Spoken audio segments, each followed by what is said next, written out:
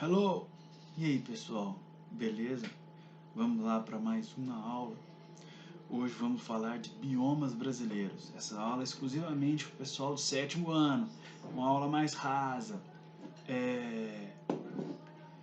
Vamos falar mais simples, mas de um modo muito fácil de entender. Tá muito frio aqui no interior de Minas, pessoal, muito frio. Vamos lá então. Biomas brasileiros. Começando. Um ecossistema é um conjunto de fatores e interações bióticas, vivas, e abióticos, os não vivos, de determinado ambiente. Isso é um ecossistema. Esses fatores abrangem as relações dos seres vivos entre si com o ambiente. Ou seja, o ecossistema, fatores bióticos, abióticos, interagindo com o ambiente. Beleza? Um conjunto de ecossistemas com diversas características semelhantes, principalmente de clima, vegetação, forma um bioma. Então, o conjunto dessas interações semelhantes, animais, vegetação, forma o bioma. Existem diferentes biomas espalhados pelo mundo. Mas no Brasil, os biomas são divididos em 6, os quais, de maneira geral, apresentam características próprias. E dentro dos próprios biomas, há subbiomas. E esses biomas têm características próprias, que envolvem clima, relevo, tipo de solo, flora, fauna, disponibilidade de água e de luz solar. Apesar de estarmos no mesmo país, no mesmo Brasil, tem diferentes biomas. Está dividido em todo o país. É dividido de forma divididinha, certinho em cada um? Não. Alguns são maiores, outros menores, uns mais devastados, outros menos devastados, uns mais difíceis de chegar, outros menos difíceis, uns mais difíceis de ver, vocês já viram a maioria, outros menos difíceis. Beleza? Então vamos lá. Quais são os biomas? Bioma amazônico, bioma Mata Atlântica, bioma Cerrado, bioma Pantanal, bioma Caatinga e o bioma Pampa. Então, mas onde que fica isso no Brasil? O bioma amazônico é o que está em boa parte do Brasil. Atrás dele vem o Cerrado. O Cerrado é fácil de compreender. Minas Gerais, por exemplo, eu sou de Minas, é onde que está inserido o Cerrado. Só que dentro do Cerrado tem outros tipos de Cerrado. Entenderam? Então, dentro do bioma tem outros subbiomas. No Rio Grande do Sul, tá os Pampas. Região da Bahia, Rio Grande do Norte, Ceará, Piauí, Caatinga. Mas e a Mata Atlântica? Onde que fica? Ambientes costeiros, principalmente, próximo de praias. Mas em Minas também tem a Mata Atlântica. E ainda tem os ecótonos. O que são ecótonos? Ecótonos são áreas de transição entre esses biomas, que apresentam espécies de flora, de fauna e flora única desses biomas, dessas áreas de transição.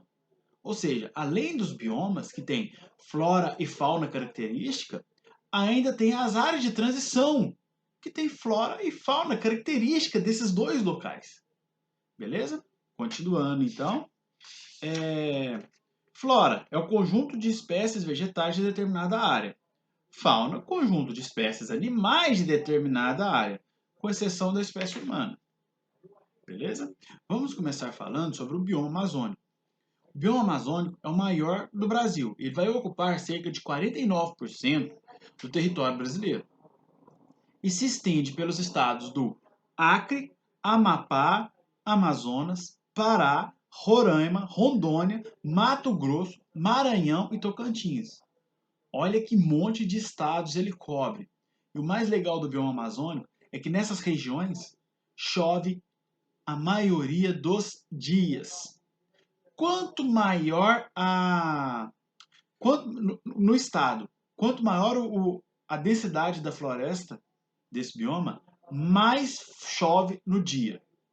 Ou seja, tem algumas localidades aqui, por exemplo, no Pará, que as pessoas não marcam. Ah, vamos sair depois das 4. Elas já marcam. Vamos sair depois da chuva. E funciona, porque chove todo dia, no mesmo horário. Continuando. A Amazônia é a maior floresta tropical remanescente do planeta. Apresenta o maior índice de biodiversidade do mundo, com destaque para o grande número de espécies vegetais. Através de um estudo feito por cientistas brasileiros, descobriu-se que o potencial de biodiversidade a ser descoberto é muito maior do que o que já tem.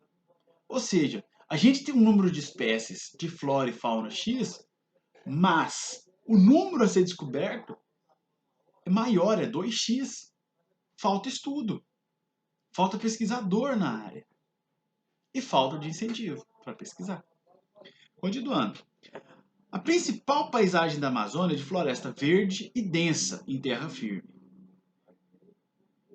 E seu relevo possui diferentes formações, como planaltos, morros, vales e planícies. Regiões com inundações periódicas, chamadas de floresta de campo, de várzea, também estão presentes. Ou seja, é como se fosse um subbioma. No bioma amazônico tem os campos de várzea, tem as florestas úmidas. Então, dentro de um bioma tem um pequeno outro bioma. O solo é rico em matéria orgânica, originada da vegetação exuberante, mas pobre em nutrientes. Ou seja, quanto maior a devastação da Amazônia, mais arenoso fica o solo, porque o solo é pobre. O que deixa o solo rico é a alta reciclagem de nutrientes. Folha, animais mortos, frutos. Então, o que deixa o solo rico é essa reciclagem de nutrientes que tem na Amazônia. Outro fator característico desse bioma é a grande disponibilidade de água. Há numerosas quantidades de lagos, lagoas, rios, riachos e córregos, o que torna a Amazônia o bioma com a maior bacia hidrográfica do mundo, apresentando aproximadamente 20% da água doce do planeta. Beleza? Então, esse bioma apresenta uma alta taxa de evapotranspiração. Palavra difícil, né? Então, mas o que é isso? A evapotranspiração é a evaporação de água do solo e a transpiração das plantas e contribui para uma alta pluviosidade nesse bioma. O que é a pluviosidade? Alta, grande chuva, muita chuva. Mas o que é evapotranspiração? Pessoal, quando vocês viajam, vocês já, ou quando estão numa fazenda, ou quando estão no mato, vocês já perceberam que algumas localidades, algumas baixadas apresentam uma neblina somente naquele relevozinho ali, somente naquela densidade? Pois então, aquela neblina é a evapotranspiração. É a evaporação da água do solo e a transpiração das plantas que forma aquela massa de neblina. Interessante, né? Continuando. No bioma amazônico, chove com frequência e intensidade a entardecer durante todo o ano. Entretanto, nas estações de verão e primavera, a pluviosidade é ainda mais elevada. Ou seja, chove todo dia, como eu já falei. Só que no verão e primavera chega a ser maior essa quantidade de chuva. A incidência de luz solar é um dos fatores que determina a temperatura de um local. A maior parte do bioma amazônico está dentro dos trópicos e por isso recebe uma alta incidência de luz solar durante todo o ano. Apresenta uma temperatura média de 26,5 graus Celsius. E a combinação entre a intensidade, radiação solar, alta pluviosidade, que palavra difícil, garante um ambiente úmido e quente, propício ao desenvolvimento e manutenção da grande biodiversidade. Agora, fauna e flora. Apresenta a fauna e flora características desse bioma. A flora presente nesse bioma é composta principalmente de árvores de grande porte, com folhas largas. Tem uma árvore na Amazônia, para vocês terem ideia, que é maior que a folha da árvore é maior que eu. Eu tenho 1,90. Imagina, uma folha de uma árvore de quase 2 metros. Olha que loucura. Entre as milhares de espécies estão mogno, mata-pau, bromélias, castanha do Brasil, cupuaçu, dendê, guaraná, seringueira, vitória régia, que é também chamada de vitória amazônica. Ainda tem a seringueira, que é o que se faz a borracha, tira o líquido, a seiva dela e faz a borracha. E entre outras. A fauna. A fauna é um dos elementos, um dos animais símbolos da Amazônia é o poraquê. O que é o poraquê? Peixe elétrico. Na internet tem altos vídeos, peixe elétrico matando até jacaré, pra vocês terem ideia. Tem uma descarga elétrica gigantesca. Mata a pessoa. Uma árvore característica da Amazônia é a cigana. A cigana é uma ave encontrada próximos a rios e lagos na Amazônia. Também é conhecida como catingueira em razão do odor desagradável proveniente da sua digestão. Isso está relacionado também à sua alimentação. Quando filhote, a cigana possui garras nas asas que ajudam a escalar nas árvores. Imagina. Depois, se vocês quiserem, dá uma olhada na internet sobre a cigana. Ela, quando nova, ela tem as asas possuem garras, como se fossem dedos, que ela segura na árvore para subir. Como é um ambiente permanentemente alagado, o que acontece? Ela tem que subir nas árvores mais para cima, subindo, para não morrer afogada. Beleza? Caatinga, outro ambiente muito legal.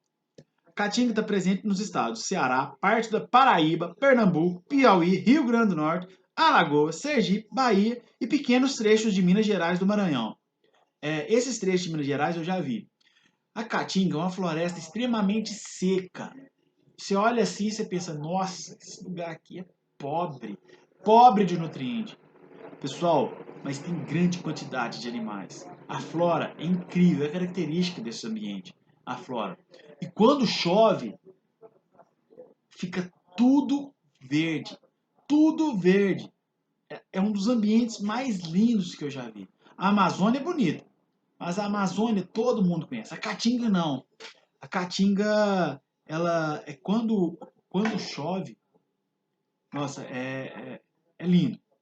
O termo caatinga é de origem indígena, significa mata branca, porque ela na seca ela fica, você olha assim de longe, nossa, mas que mata branca, tudo parece que está todo morto, cheio de galho. E reflexo de sua paisagem, esbranquiçada em consequência de longos períodos de seca anuais e altas temperaturas. Apesar do clima seco, diversos ricos estão presentes na caatinga durante os períodos de chuva. Alguns deles podem extravasar de seus leitos e inundar algumas regiões, promovendo reverdecimento da paisagem por um curto espaço de tempo. Reverdecimento é a floresta ficar verde. Por que mata branca? Por que é seco? Por que não tem folha? Então, como esse local tem uma incidência de sol grande, se eu tiver muita folha na árvore, quer dizer que eu vou transpirar muito. Se eu vou transpirar muito, eu preciso de muita água.